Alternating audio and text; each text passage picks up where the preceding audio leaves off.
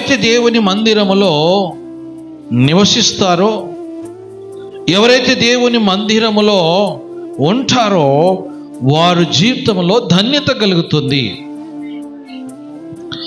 ఈ కీర్తన కొరావు కుమారులు రాస్తున్నారు.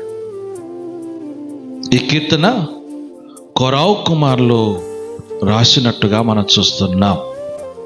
నిజంగా ఆ దినాల్లో భయంకరమైన తెగులు, భయంకరమైన అగ్ని చేత కాల్చబడ్డప్పుడు, ఆ కాల్చబడ్డప్పుడు కొరాహు కుమారులు ఏం చేసినారు తెలుసా? దేవుని మందిరములో వారు వెళ్ళినారు. దేవుని మందిరములో నివసించినారు. ఎందుకు? బయటుంటే అగ్ని చేత కాల్చివేయబడు